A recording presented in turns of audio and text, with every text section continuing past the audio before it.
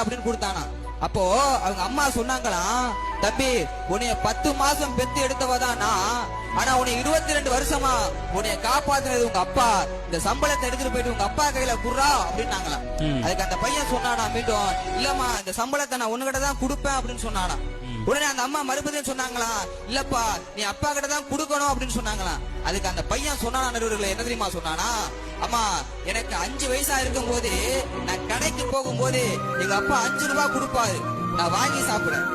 அப்புறம் நான் 5வது படிக்கும் போது எங்க அப்பா 50 ரூபாய் கொடுப்பாரு, நான் நோட்டு புத்தகம் வாங்க. அப்புறம் நான் வேலைக்கு தேடும் போதெல்லாம் எங்க அப்பா போகும்போது 100 ரூபாய் கொடுப்பாரு. அப்படி கொடுக்கும் போதெல்லாம் எங்க அப்பா கை மேல இருக்கும், என்னுடைய கை கீழே இருக்கும், அது எனக்கு பெருமை. ஆனா இன்னைக்கு போயிட்டு இந்த சம்பளத்தை எங்க அப்பா கையில கொடுத்தா என் கை மேல வந்துரும், எங்க அப்பா கை கீழே போயிரும் அப்படின்னு சொன்னா